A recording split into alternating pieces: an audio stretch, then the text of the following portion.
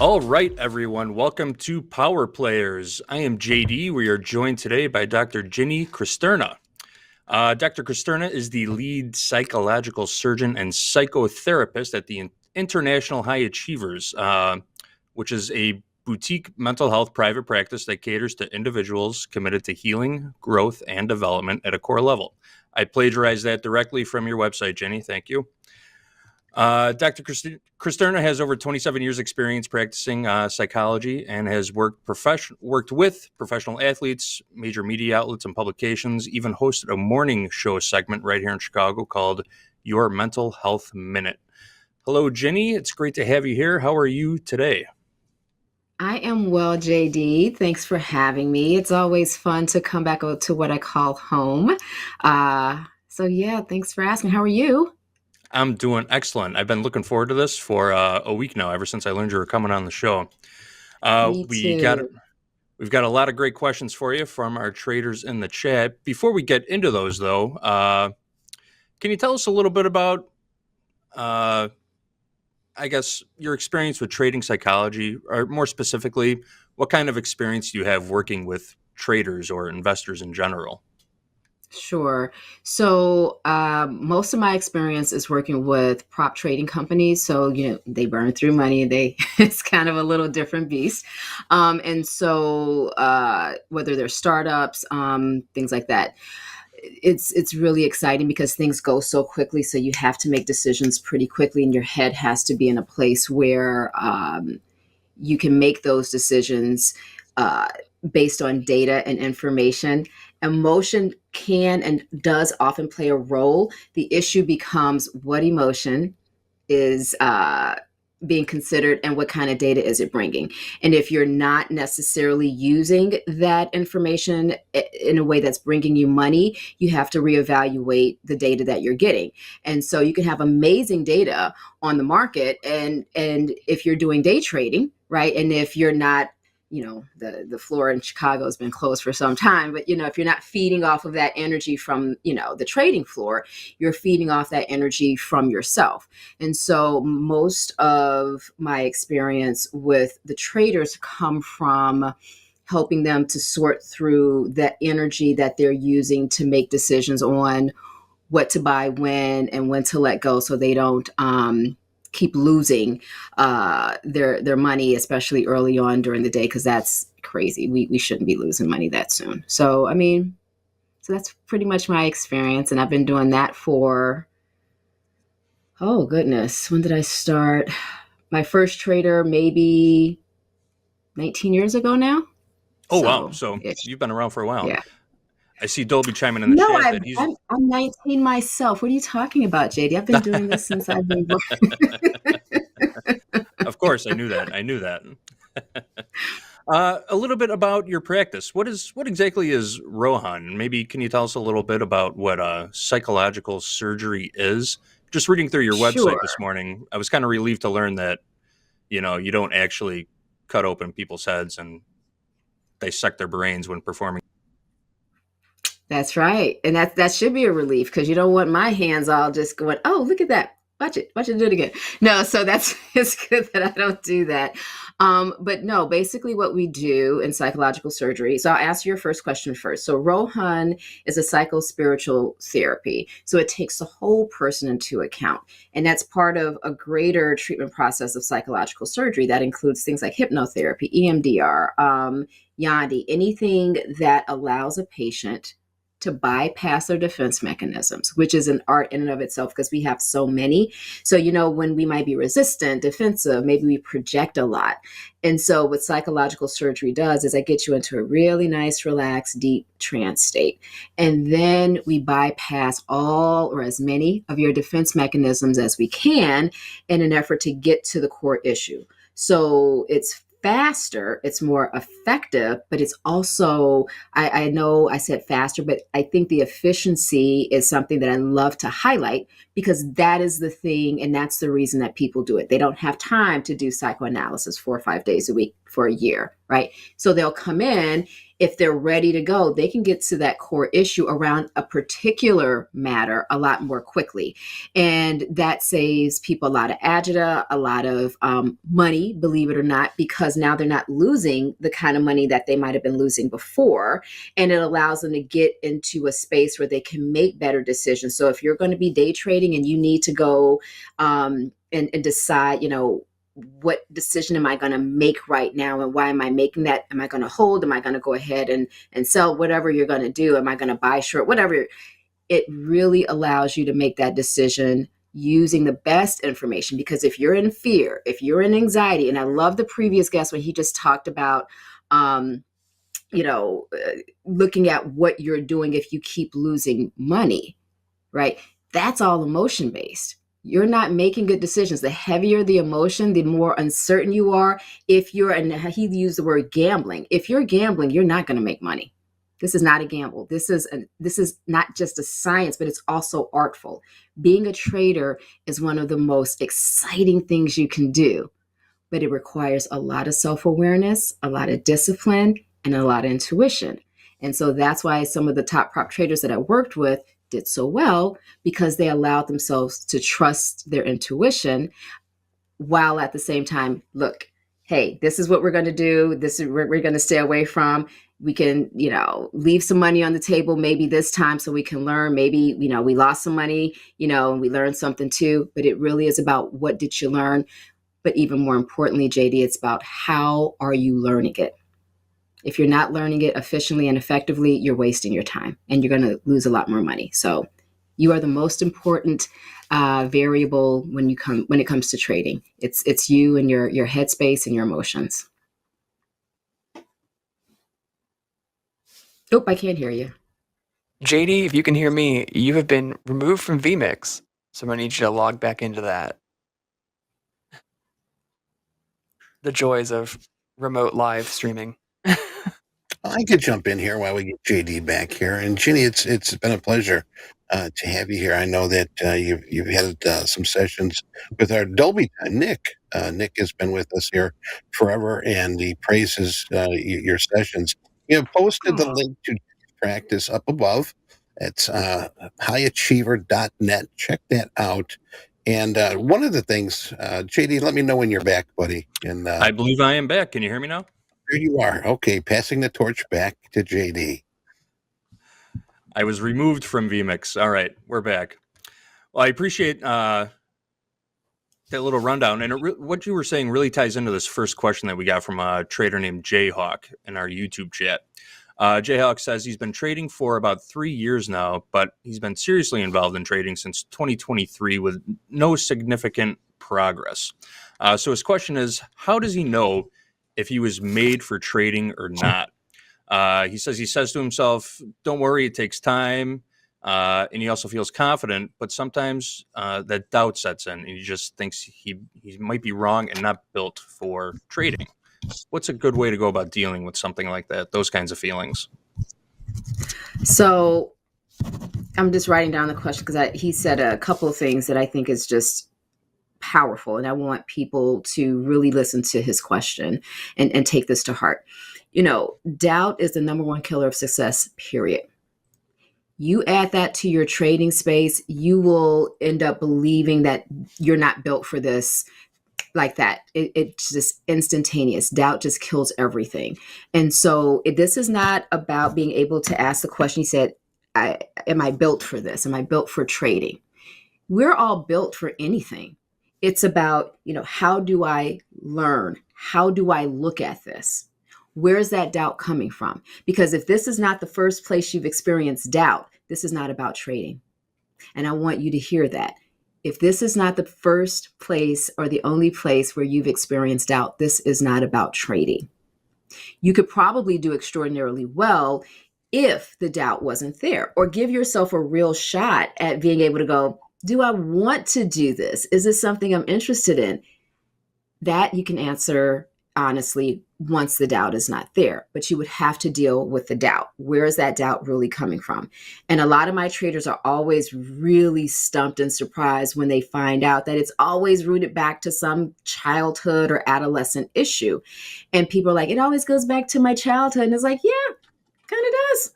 Everything in our life goes back to when we were kids and when we had a major experience that planted the seed of doubt, anxiety, humiliation, shame, guilt, right? Whatever that is, uncertainty. We have to figure out what that is. And as a trader, you don't have the luxury, unfortunately, of being able to go to therapy for 6 months to a year to just explore your childhood, right? So it really is a matter of, hey, how do I feel right now? And then where does that come from? So if it's doubt, you cannot decide or determine if you're built for trading until you address that doubt. Once you remove that doubt, you can answer that question a lot more honestly and accurately. Excellent. Great answer. Thank you so much. The chat's really applauding that also. Next up, do you mind if we just rapid fire through a bunch of these? We got so many. You know what? We got so many of them. People Knock are really it out the park. into this. Another follow-up question. Sebastian wants to know, can hypnotherapy, it sounds like Sebastian was going through your website also a little earlier. He says, hi, Jinnie, can hypnotherapy help struggling traders? And if so, how? Absolutely. Hypnotherapy is where everybody starts, even if they're not a trader, because it gives you a chance to soften. And let me tell you what I mean by that. When we're softening our defense mechanisms, when we're softening our ability to see for ourselves the things that we struggle with without feeling shame and humiliation and wanting to do this and go, I don't want to see it, I don't want to know it, then it allows you to have things come up where the truth of what is happening internally for you can actually be appreciated. So all of my traders start with hypnotherapy and they usually see something right away, very quickly. Now, the traders who are serious, the space that they enter into afterwards is Yandi, because that's when we create the trading room. So Yandi addresses the childhood stuff and whatever you were holding on to that supports your faulty thoughts and how life works in a negative way. And it's very limiting. We all have it. Okay. But what ends up happening for my traders, I created a segment in Yandi where you go into your trading room. And the trading room is where you and what we call the inner child, right, which is the emotional body. And I'm going to give you guys a lesson on your inner child when it comes to trading. So your inner child is gas. Your inner adult is a car, right? We have both of those internally. And our inner adult, if it's a car, cannot go anywhere if there's no gas. So if your emotional body, if your inner child has hijacked everything, you're just like overflowing with gas. Now you're not driving, you're just continuing to pour gasoline out, and it's not going to help you. But what kind of gas you put in your car, right? It can't just be any gas. If you put diesel in a BMW, unless it's a diesel, you're going to mess up the engine.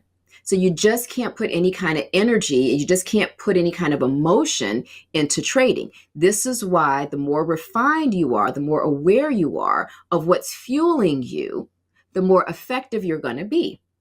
So don't just put any gas into your car, because you will start to feel sluggish. You will start to, stop and go. You'll start to hear that knocking. And so that's the analogy that I give, because hypnotherapy is very effective. You'll see something happen pretty quickly. Yandi is where the big boys go, and they don't usually need anything after that. But Yandi is where the traders go, okay, I'm going to be conscious in this space. What kind of gas am I putting in my car? Where am I going to go? What am I looking for? I don't look to the left. I don't look to the right, because whenever you guys start doing that when you're trading, you start to make some mistakes, and I don't like it. So being focused, being present is super important. It's super important to know what you're going to do, because if you don't have that kind of discipline and self-control, you're going to lose money every time. And if you're not aware of why I'm doing what I'm doing and the kid's taking over and run amok, bad idea. Not going to be good. We do have a follow-up question to this. So these sessions that you're talking about, do they need to be done face-to-face, one-on-one? Is this something you can do online? A trader is asking where they might be able to find, like, what's a good resource for finding somebody to provide these sessions for them if they weren't living in Sure, Chicago, for example, if they lived in sure, Philadelphia. Like, how could they find sure. somebody to? Sure. So I developed the trading room for Yandi. So Yandi is already a treatment. I've just inserted a trading room after working with a number of traders because Yandi by itself, if you just Google, it's YHANDI, and you can see who offers it. And, there's not a whole bunch of us, but there are some people who do. When I do Yandi for traders, it's all with the trading bend. So yes, we do the inner child work and we do the healing stuff so you can actually let go of a lot of that negativity and self-doubt and anxiety and things like that. But there's the trading component that I include that allows people to be mindful of how the trading affects how the emotions affect their trading. And so everything that we do leads up to your build out of your trading room, because that's where your inner adult and your inner child come together to trade. So think about it like a parent and a child. They usually don't get along. The parent's job is to make sure the kid is safe. But the kid, if you guys have any, is like, I want what I want, what I wanted. I want to go here. Leave me alone. I want a cookie before dinner. And the parent has to go, no, no, no. And then the kid's like, But if the kid runs the parent's going to be like, well, okay, I'm going to give you everything you want because I don't want you to be mad. And then the kid grows up to be a pain in the butt and not really ready to contribute to society in a meaningful way. And that's really what we're talking about. The trading room is where the inner child and the inner adult comes together and learn how to work together so you can trade, so you can see what's in front of you, so you can deal with what's actually there and not the way things are and not the way you want things to be. If something is like, no, jump ship, sell now, then you have to trust that. But it has to come from a place of objectivity and not fear or greed. Because if it's coming from a place of fear, no, you may not have lost money, but you left some money on the table. If it comes from a place of greed, then you've lost money because you thought you were going to get more.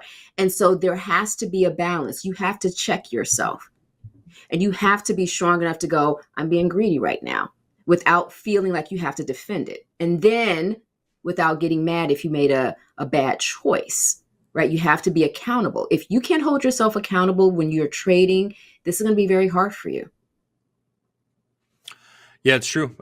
We preach that quite a bit around here. Nobody is accountable for your trading except for you. So you need to really step up and learn to accept that.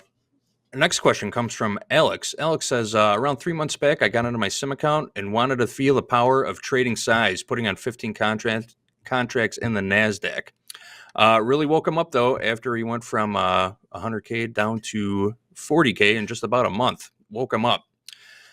So he scaled back. Now he's trading 2 to 4 contracts. He's made about $30,000. The problem is each time he takes his new strategy into a combine, he seems to lose money. He's making money in a sim account, sim practice account, but losing money when it actually counts. It's really affecting his mindset, he says, and he continually can't make money when it counts. What would we say to somebody like Alex who's having trouble stepping up to the plate when there's actual skin in the game, I guess we could say? Okay, so you have performance anxiety, right? It's always, I tell people, it's like social media. Everyone can talk tough, when they're behind a computer, right? And then when they meet somebody in the street and it's like, what did you say about my mother? And there's like, nothing, that wasn't me. I'm not, big dog 2020. That was, that's not me, and so I tell people, the sim accounts are really for you to practice and to build up your confidence, right? But it's no different than when I'm working with an athlete, right? So I work with professional athletes. I work with U.S. soccer. I work with, taekwondo. And one of the things that's important to realize and remember is that your visualization is important. So the brain does not know the difference between what is real and what is imagined. The sim is so beautiful for that. This is why you guys have like the best concept and technology when it comes to that. Practice that, get the feel for that, because the mind and the body is like, I can do this. Awesome. Here's where people get jacked up all the time. And that, just like an athlete, if you know this isn't real, then you've just told your brain this isn't real, right? And so when you go out there, now you freeze up, right? Now, if I'm talking trash behind, my using my keyboard on my computer and I'm big dog 2020, but I know this is my facade, and then I go out in the street and I bump into somebody, it's like, oh, I didn't know I was gonna really bump into you. I didn't know you were gonna find out who I was, and then we freak out. And so what I tell people is, when you use the sim for Topstep, what I really encourage you to do is actually treat it like it's the real thing. Stop thinking about it as a sim. Start thinking about it, I'm really trading my money.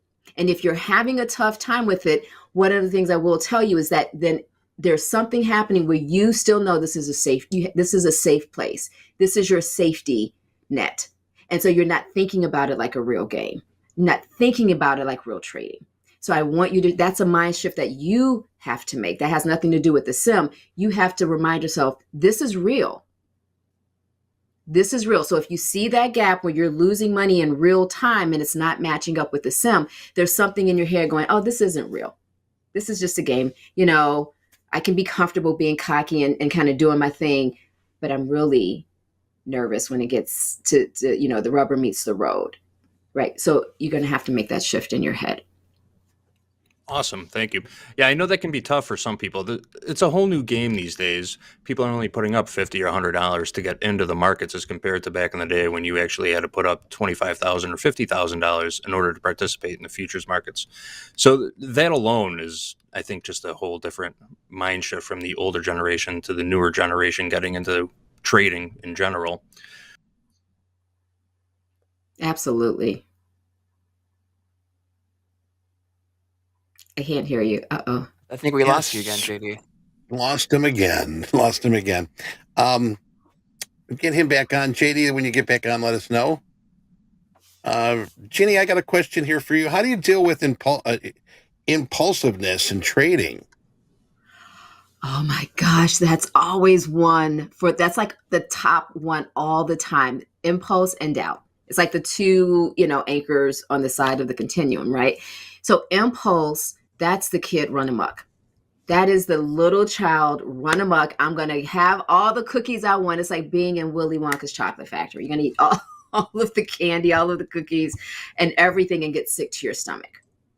Instant gratification is always the thing that will take you down. It feels good in the moment because you want to feel powerless. And I'm going to tell you guys this, and I want you to write this down, and I don't care if you're mad at me, don't send me an email. Whenever you are in that impulsive state, there's a part of you that feels helpless and powerless. And this is how you're trying to take it back. And it's not even about being helpless and powerless in trading. A lot of times I'm helpless and powerless paying my bills, or, making a name for myself, or with my family, or with my neighbors, or just in general in trading. So I'm going to do this thing. Just, I'm just going to go all in. It's like, bad idea. You can do it if you want, but that's not good. That is something completely different. That is some displaced, helplessness and powerlessness that you're trying to address in trading. That has absolutely nothing to do with trading. If you're being impulsive, you're not trading. That has no place in trading. Trading is a very disciplined and thoughtful art, and that's what I consider it. When people are prop trading, the top prop traders, they have a lot of discipline. Now, they might be cocky, and I don't like it, and they know it. But they might be cocky, but they're very disciplined and intention when they trade, because that money is gone if they lose it. Yep, that really ties into a question from Kevin. So Kevin says he knows that he revenge trades. He can't accept losses, and he's practicing to get away from that mentality. What are some steps Kevin might be able to take to get away from that impulsive revenge trading? Kevin, you need to go to therapy. I don't know. I'm not saying this is a bad thing, but revenge anything, that's a problem. That's not even a trading issue. That I can't tell you what to do for trading, because my guess is, I don't know you. My guess is you hold grudges, and this is not the only place you do that. This might be Fair the enough. place you act it out, but this is not the only place you do that. So I'm not going to tell you what to do, because revenge, that's a whole separate beast, my dear. And I really want you to consider working with somebody around that, and then check back and see how it is. You know, we don't have revenge or a desire to have revenge unless we hold a grudge about something, and we can't let it go. Revenge There will you go, make you Kevin. weak. I hope you're listening, Kevin. There's your answer. And I mean that from my heart, from a place of love. Thank you, Jinnie. All right, our next question comes from Angie. Angie says, what are some tools for building confidence? I.e., do you have any advice on sort of breathing techniques, affirmations, exercises in general? Angie says, got beat up on another prop firm and really took some big steps towards getting confidence back. Sort of kind of feeling confused right now and having a hard time shaking it off. Sure. So here's the thing. Confidence, and I'm being very intentional in how I answer this question, Angie, because how people build their confidence is so tied into their personality, their temperament, and their disposition, right? So I don't know any of those things for you, right? I'm not offering therapy to anybody today. That's not what I'm here for. I'm just, we're just doing kind of a seminar of sorts for you to start thinking about some things. But what I will say is, if you're trying to build your confidence and kind of get your second win and get back to where you were before, or make whatever confidence you have stronger, I would encourage you to remember, hey, these are the things I do really, really well. And these are the things that I excel at. And remember all of the healthy parts of you, because I am sure, Angie, you have probably 8 more tons than you realize. So remind yourself of those first. And then after you kind of go, oh, yes, one thing that you can work on. Because you want to use all of that good feeling, all of that good stuff to help build yourself up, right? And get the courage and the motivation to now work on something that needs some attention. So that's what I would say. Start with just remembering what's so wonderful about you and how you trade, right? And the progress you've made. And then use that to just identify one thing. What do I need to work on now? And I want to go back to Kevin, because one of the things that I want to add about the revenge trading is Kevin, I want you to hear me if you're still there. I know what that's like. Right. And I don't want you to lose any money. I don't want you to feel bad about yourself. I really want you to embrace this wonderful art of trading. And I want you to do it in a healthy way. And trading is never about trading, just like sports. It is never about the sport. It is never about the call. It is never about the loss, right? In trading, it's always about us. Trading is where we get to play those things out, dear. So if you were doing extraordinarily well, Kevin, you would be having great gains, right? Because you're doing extraordinarily well in other areas of your life. So remember, when we trade, what we're really doing is we're getting an opportunity to take a peek into, oh, I'm struggling with this, or oh, I'm doing well with this, right? It's a peek into ourselves and where we are emotionally, mentally, spiritually. So I want you to rock it, Kevin. I want you to, let me, hear from JD and Eddie that Kevin, he does a revenge trade. He is freaking on it, and he's just having the best time of his life. And that's what I want to hear for you and for everybody. So I wanted to come back to that, because I don't want anybody to be in that space. That's not a healthy space. And I know that if you're with Topstep, you've got plans, you've got goals, and I want to make sure that you achieve them. So We do hope you're listening, Kevin, and we hope you follow up with us. Actually, we have your email. We could follow up with you. You touched on something that another trader was asking about. This question comes from Mark, sort of sports related. Mark says most of his life has been about winning and fighting hard not to lose. He was a kid who participated in sports and played hard to the last buzzer, even down 20 points, Trading is about accepting losses. It is going to happen. I know, he says. So how do we change the mindset of fighting to the end, going on tilt, and learning to accept smaller loss in order to fight another day? Yeah. And then Mark goes on to say, did I mention that I hate losing? Yeah, well, you have yourself a, the age old dilemma, right? This is, been around since time immemorial. And Mark, we all don't like to lose. I mean, if there's a winner, then there's a loser, right? The market won today. and sometimes we win. It's just kind of a zero-sum game, as you know. I think that one of the things that we have to master and that we have to really understand at a core level is that old saying, you got to cut your losses. Or if you're is it Willie Nelson, JD? You got to know when to hold them and fold them, walk away and run. I do believe it was Willie Nelson. I think it's him. I'm not as old as I really am. Kenny Rogers. Kenny Rogers. Thank you, Eddie. Thank you, Eddie. Kenny Rogers. Thank you, Eddie. And you have to know that it's not personal. And that's where whenever we make something personal in trading, we set ourselves up. And it's not for anything good. If you make it personal, even in sports, if you make it personal, tomorrow will rise, today will end. You can always start again tomorrow. And if you feel like everything hinges on today, that's way too much pressure to put on yourselves. It's not true and it's not worth it, but mostly because it's not true.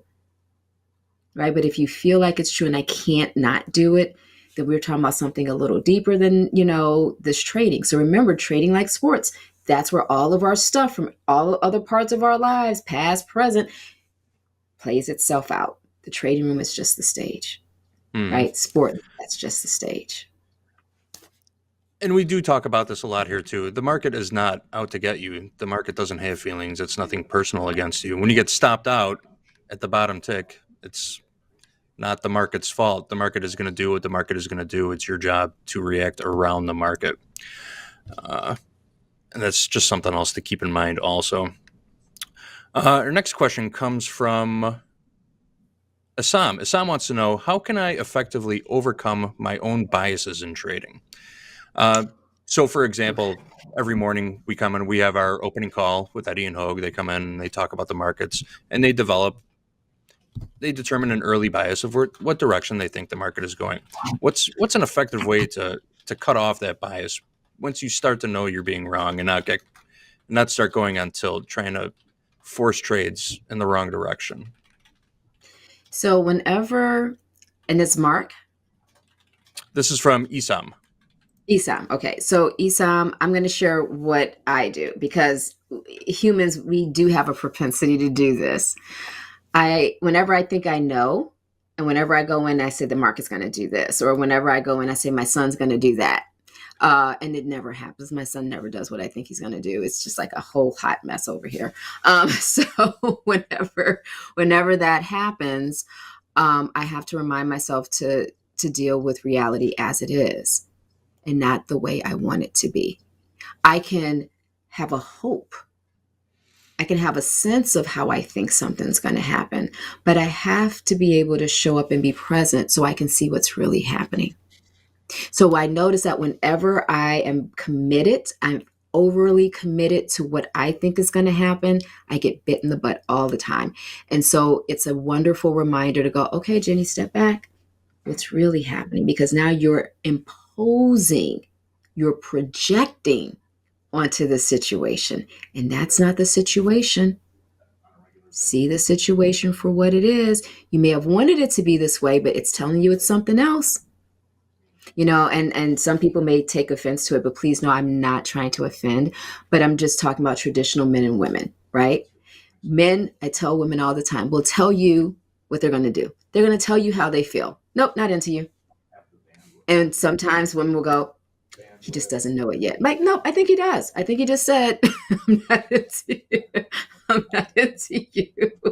You should take him at his word. It's not that men are, don't hate me, guys. Don't hate me. Men don't put that much time into playing mind games. They just generally don't. They're just like, Give me a t-shirt, some jeans, and some shoes. I'm going to go out and do X, Y, or Z. And so it's not all men, of course, but that's how the market is. The market's like, look, I don't know what I'm going to do today. I have an idea, but And so I just tell people, want to have a good day, but then see what kind of day it turns out to be and trust that. I'm not going to disagree with you at all there. We are just simple creatures, right? Take us at face value. We are what we are. All right. Next question comes from Allie. Allie says, I have a lot of bad habits I'm having a tough time breaking. When markets are closed, I keep convincing myself that I won't do it again, i.e. don't trade outside of New York session hours, don't over leverage, wait for the right setup, etc. But once the markets open, I'm at my desk and I convince myself that this is the exception. And Allie's asking for some tips on how to break up those bad habits.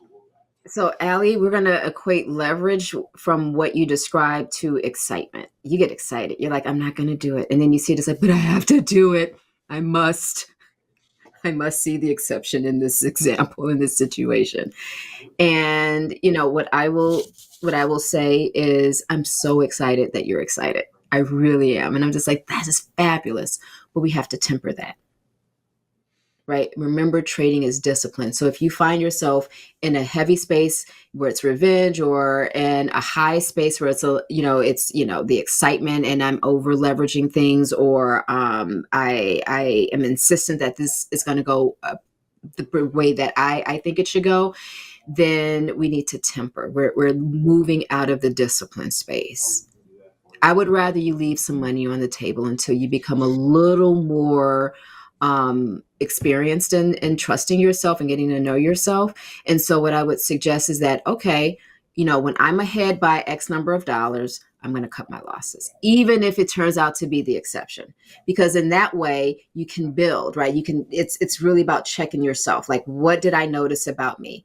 And what I'm also going to suggest you do is at the end of your trading day, right? Once you've stayed to the plan, remember you guys have your plan, and you stayed disciplined. What did I learn about myself? What did I want to react to, but I didn't? And how did it play out when I didn't? Right? Did it play out the way I thought it should? And I was like, oh, I should have, I could have stayed. Or did it go, or was it, oh, it didn't, and I didn't lose any money, right? So now you have a whole set of data that you're developing, that you're gathering, right? So this takes time. Becoming very proficient and skilled in this art of trading takes a minute, and it's a minute about you. It takes you a lot of effort and energy to know how you move. How do you operate? What pulls you, right? What pushes you? And how do I keep my balance so I don't fall off my square? Trading is always about us. It's always about you. And that's the most beautiful thing in the world, because it's the most powerful thing. Because the only person and the only thing you can control in trading is you. You can't control the market. Why would you put your energy and focus there? So whenever we find ourselves getting too emotional about something, we need to pull back. We need to temper that. Yeah. How do you feel about the concept of we can't control our emotions, but we can control our behaviors? Is that something you subscribe to? No, those are your emotions. When I referee soccer, so I referee semi-pro, and one time this coach yelled at me, "You hurt my players' feelings," because I told him to step back off the line. I was like, step back, right? So my AR can go down. Well, you hurt his feelings. I hurt her feelings. Excuse me. It was a girl's team. And I said, I'm not responsible for their feelings. I'm responsible for my behavior. And remember, our behaviors stem from our feelings. The That makes nature of perfect our sense. behavior stem from our feelings. So it's for you to think you don't have a right or responsibility to manage your feelings and know where they come from. You're trading with both hands tied behind your back. Because it's literally your feelings, your emotions that drive the kind of behavior you have. That's why cognitive behavioral therapy, I love it. It's fabulous, fantastic. Mwah. 3 to 5 years it'll plateau. That's why when patients do the psychological surgery, the hypnotherapy, the Yandi, the Rohan, the whatevers, they do it well because we're pulling up the anchor. That's holding down the behavior and the thoughts. Because before we have the behavior, we have the thought. But before we have the thought, we have the feeling. The feeling is the seed that sprouts that. So it's no different than someone go, oh man, look at today. And they're like excited. And someone going, oh man, look at today. Same thought, same statement, different vibration, different feeling, different meaning. You are responsible for your feelings, your emotions, all of the time. You do not get to abdicate that. But that is where you have the most power. So that in large part is how you begin to temper. This is why I said, reflect at the end of the day. What did I want to do versus what did I do? And what was the actual outcome? Because you may get some data that says, hey, whenever you feel like this, don't act on it because 83% of the time, it didn't turn out the way you thought it did. So yes, 17% of the time it did, but you would have lost so much money because it was 83% of the time that it didn't. Don't look at the 17%. The 83%, if you kept losing just 20% into the 83%, you would not be able to trade the other 80%. Right? So the data says, I can't act on this if that's what comes up. And the data might say that 17% I was right. It's not enough times. Does that make sense, JD? That makes perfect sense. Yeah. Okay. It just so happens we have an emotional trading journal that we share with people. If someone could drop that in the chat right now. Perfect. It goes over, it outlines pretty much everything you just described. How were you feeling when you took the trade? How were you feeling during the trade? Were you winning? Were you losing? What were your physical feelings like at the time you were in the market? I think it's a very useful tool. Use that tool, everybody. If not, JD's going to tell me, and I'm going to wag my finger and lecture you. I think we got time for just one more. I was scrolling through the chat and I came across a good one, but then I lost it. I remember the question, but I can't remember who posted it. It said, why do high achievers suffer from imposter syndrome? Is that something you come across very often? Yes, and that's the name of the company, right? Because we have unreasonable standards and expectations of ourselves. Nobody's going to be able to meet that. That's not even reasonable. So we create our own hell. We create a world where we're going to always fail. And how punishing is that? Where you abuse yourself in such a way where you create a reality and an expectation for you to be perfect when no one else can be. And that's not even a reasonable expectation to have. So while imposter syndrome, and I'm going to say this because I hate, pop psychology sometimes. It's not a diagnosis, but I know it, where you're going with it. It's because we know that's not us. We know we can't do that. Right? If you're really talking about the essence of imposter syndrome, it's going, I don't know how to be me. I don't feel comfortable wherever I go. I don't know how to be me. I don't know how to belong wherever I go. Me, I can go anywhere and I'm just like, hey, how you doing? Blah, blah, blah. I belong everywhere I am, even in hell. If I'm in a hellish situation, for whatever reason, I belong there. So own it and understand it. It's about you knowing at some level, hey, I belong here, but maybe not here. I don't need to stay here. I don't need to stay in perfection. I don't need to have this goal. Like, what kind of goal is that? And sometimes I'm going to tell you guys the truth. Some of you are overestimating your ability. You think that this is easy and you should be able to be up here and, 2 trades or, in 3 months, I should be able to master this and trade at this level. That no, this is something that requires practice. I'm not good at what I do because I went to school, got my degree, took a couple extra classes, and this is built over 3 decades. People who do something and they practice it consistently over time, it doesn't mean we don't make mistakes. It just means that we learn from them much more quickly and we're open to them. Mm-hmm. That's where your gold is. It will always be in the mistake. It will always be in what you learn from that mistake. If you didn't learn anything from that mistake that you can apply the next time, you've wasted your time. You've thrown that gold away. You've given that to someone else. You burnt your money. And I don't want to see you guys burn your money. Create reasonable goals for you. And if you feel like, hey, I should be here, I should be there, slowly build up to that. Anything built too fast is not going to last. It's a rule of business. Anything that grows or is built too quickly, it's not built on anything solid. And I know a lot of you may want to be further along than you are, but appreciate where you are. You'll get there faster and it'll be sustainable. And I want you all to have sustainable success. So give yourself some grace and time. Jinnie, I got to say, I'm so happy you came on the show today. I'm really glad I met you. I can't wait to have you back on again. Unfortunately, we are out of time right now. The chat absolutely adores everything that you said. We're going to get you back here as soon as we possibly can. Thank you for joining us, Jinnie. This has been great. Your insights have been nothing short of eye-opening for a lot of us. I know that. And thank you to everyone who submitted your questions and your comments. We appreciate all of your feedback. Jinnie, is there any, do you have any parting words for us? Anything you want to close out with? I just want to close out with, my prayer, my intention, whatever feels comfortable. And if you don't want to receive it, that's okay too. And I just want to let you know that I am cheering for all of you. And I want you guys to be as successful and as happy as you can doing something that makes your heart sing. So trust yourself, look inside, heal and grow. That's the formula to whatever you choose to do, whether it's trading or something else. It's always about you. You are the most powerful and important person in your life. So take it seriously and be kind to yourself.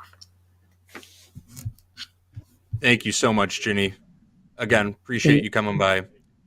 Stick around, everybody. That was Power Players. Coming up next, we have Top Quiz with Jack and Bonnie. I will be back with Robert for group coaching at the noon hour Central Time.